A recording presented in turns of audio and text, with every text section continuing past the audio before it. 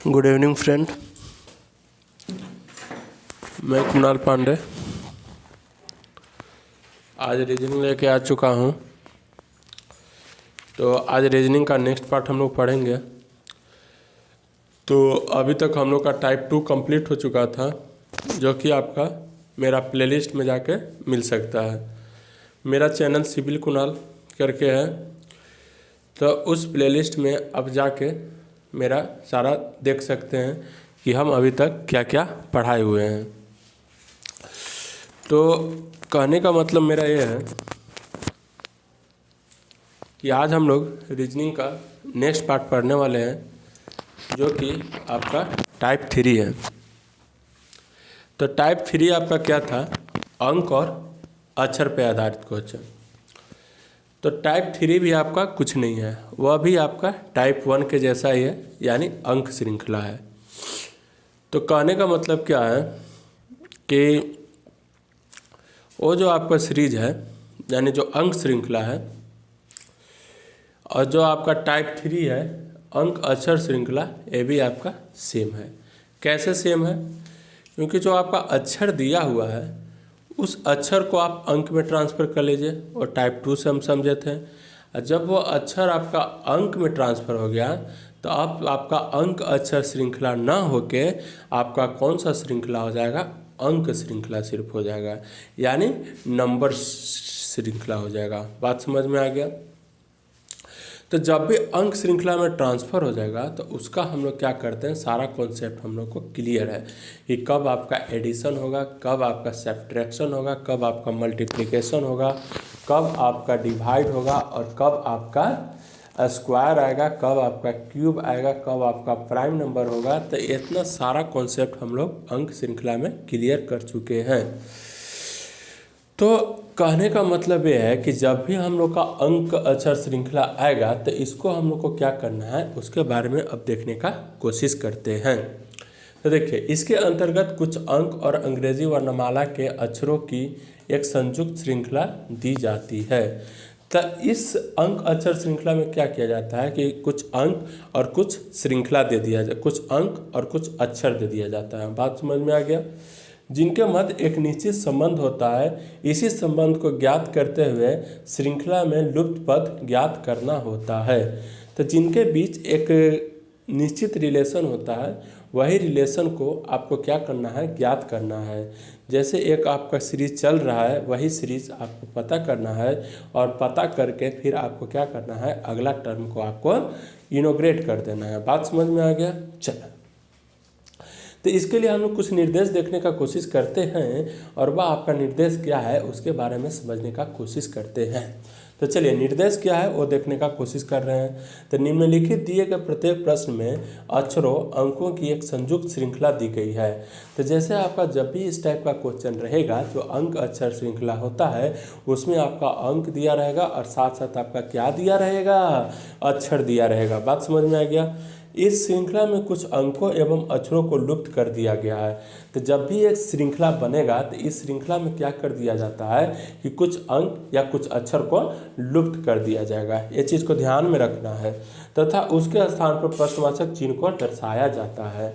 और जब जो लुप्त कर दिया जाता है, लुप्त के स्थान पर आपका क्या होता है, प्रश्नवाचक चिन्ह को दर्शाया जाता है। बात समझ में आ गया? तो उसको अब हम लोग क्या करते हैं कि एक एग्जाम्पल की मदद से देखने का कोशिश करते हैं। तो जब भी हम लोग एक एग्जाम्पल की मदद से देखने का कोशिश करते हैं आपका कौन सा श्रृंखला, आपका अंक अक्षर श्रृंखला, तो उसके बाद हम लोग का सारा कॉन्सेप्ट क्लियर हो जाएगा कि अंक अक्षर श्रृंखला भी आपका क्या होता है। तो उसके लिए अब हम लोग क्या करते हैं कि एक अंक अक्षर श्रृंखला का एक एग्जाम्पल देखने का कोशिश करते हैं, और जो कि आपका एग्जाम्पल यहाँ पर क्या हुआ है, दिया हुआ है।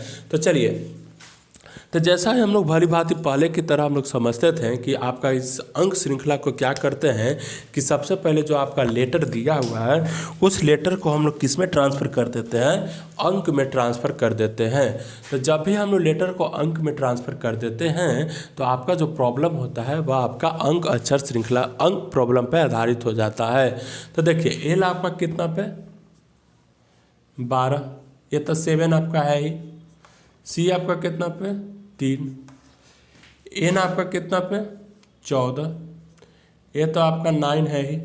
एफ आपका कितना पे 6, पी आपका कितना पे 16 पे, M N O P, N आपका 14, ओ आपका 15, पी 16, ए आपका 12 के 12 है ही, ए आपका आई कितना 9, आर आपका कितना 18, ए आपका 16 का 16 है और ये आपका क्या है 12।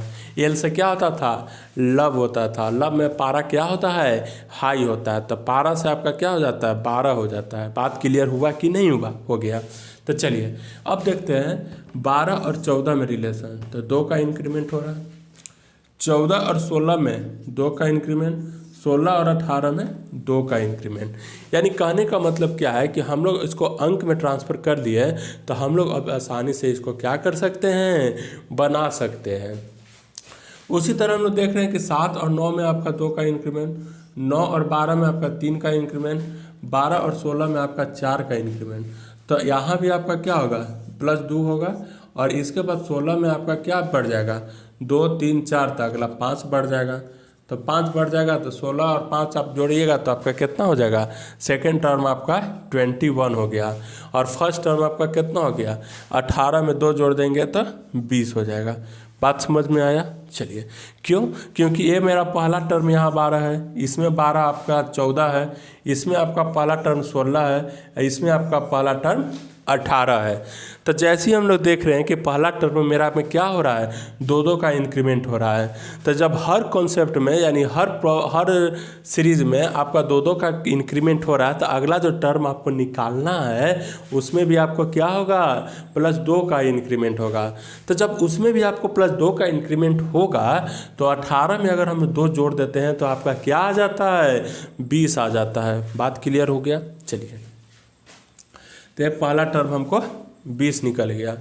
अब देखिए अब क्या हुआ, दूसरा टर्म मेरा 7 हुआ, यहाँ 9 हुआ, यहाँ 12 हुआ और यहाँ 16 हुआ। यानी कहने का मतलब क्या हो रहा है कि अगला बार एक बार पहला बार 2 बढ़ा, फिर आपका 3 बढ़ा, फिर 4 बढ़ा, तो इसके हिसाब से अगर एक एक बढ़ रहा है तो अगला आपका क्या बढ़ेगा 5 बढ़ेगा। तो अगर हम 16 में 5 जोड़ देते हैं तो आपका क्या आ जाएगा 21 आ जाएगा। बात क्लियर हो गया। चलिए अब हम लोग लास्ट टर्म देखते हैं। तो लास्ट टर्म यहाँ पे आपका 3 है और यहाँ पे आपका क्या है 6 है। बात समझ में आ गया। यहाँ पे आपका लास्ट टर्म क्या है 9 है और यहाँ पे आपका क्या है लास्ट टर्म 12 है। यानी कहने का मतलब क्या है कि हर बार आपका 3 का क्या हो रहा है इंक्रीमेंट हो रहा है। तो लास्ट में भी आपका क्या होगा 3 का इंक्रीमेंट होगा। तो अगर 12 में हम लोग 3 जोड़ देते हैं तो आपका क्या आ जाएगा 15 आ जाएगा। यानी मेरा जो नंबर आ जाएगा आपका क्या आ जाएगा 20 21 15 आ जाएगा। अब अगर हम लोग 20 को देखते हैं तो 20 के जगह पे हम लोग क्या लिख सकते हैं टी लिख सकते हैं। बात क्लियर हो गया। चलिए 21 के जगह पे यू लिख सकते हैं और एन 15 के जगह पे क्या लिख सकते हैं ओ लिख सकते हैं।